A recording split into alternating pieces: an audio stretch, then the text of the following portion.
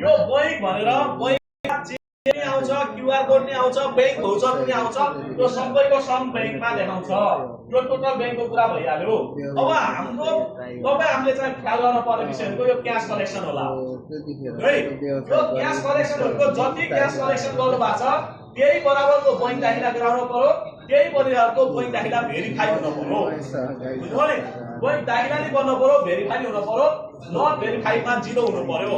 अघिल्लो आर्थिक वर्ष हेर्नुहुन्छ भने तपाईको कोशी प्रदेशको हाराहारी तपाईको 2.5 करोड बराबरको चाहिँ यहाँनिर नगद मौजात बाँकी छ।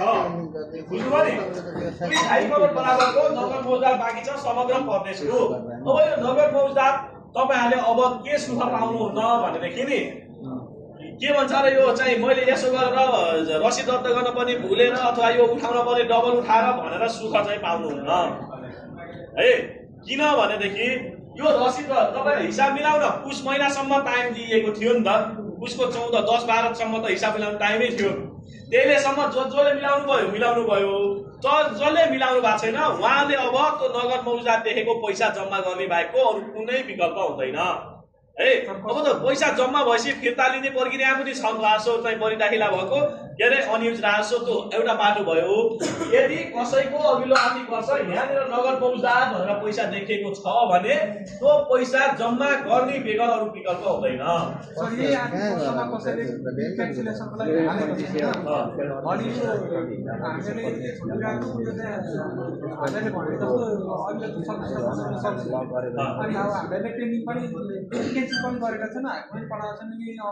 ठीक छ, त्यो साउन 1 गते त्यो अटोमेटिकली क्यान्सल भएर सम्बन्धित करदाताकोमा जान्छ। उसको चाहिँ भनेको अघिल्लो आर्थिक वर्ष यो आर्थिक वर्षको होइन कि अघिल्लो आर्थिक वर्षको कुरा है मैले है।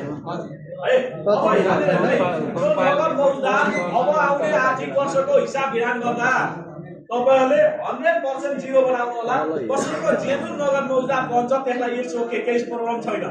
तर कसैले हेरचक्राई गरेकै कारणले यहाँनिर नगद मौजात अब आउने आर्थिक वर्षमा नरहोस् त्यति हो मेरो भनेको।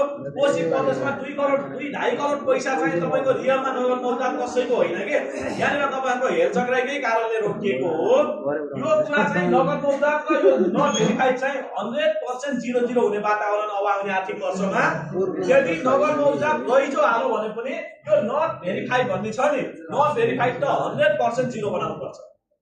यदि नगदै रह्यो भने पनि नन भेरिफाइड जिरो बनाउनु पर्छ। कहिलेकाहीँ हामीले पैसा बैंक दाखिला बनाएर पनि बैंकले पोस्टिङ गर्न भ्याएन भने यो नन भेरिफाइडलाई चाहिँ रिभर्स गरेर भए पनि नन भेरिफाइड 100% जिरो, नगद मौजातमा रह्यो क्याश पैसा रह्यो भने नगदमा मात्र देखाउने।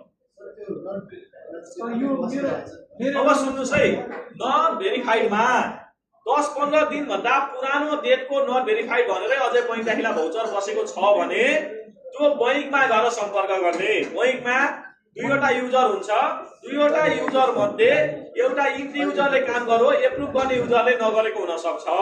यदि त्यो गर्दा पनि बैंकमा गएर तपाईले त्यो खिचेर स्क्रिनशट पठाउनु बैंकले मेरो भेरिफाई भएको छ भनेर भन्छ भने त्यसपछि भन्नु, अनि त्यसपछि सिस्टममा के एरर रहेछ भने हेरौँला।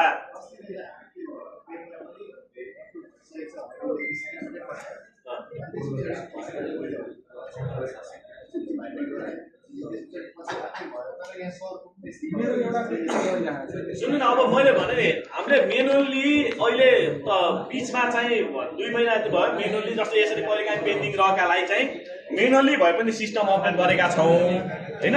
अहिले 10 दिन भन्दा बाँकी बढी छ भने कारोबार संकेत नम्बर मलाई लेखेर भाइ बना पठाउनु होला, मैले हेर्न मिल्ने कुरा। तर मेन भनेको बैंकसित सम्पर्क गर्नु। सर यो बैंकमा सोझै जम्मा भएको जुन छ अगाडिको एकपल्ट यसो भनिदिनु न।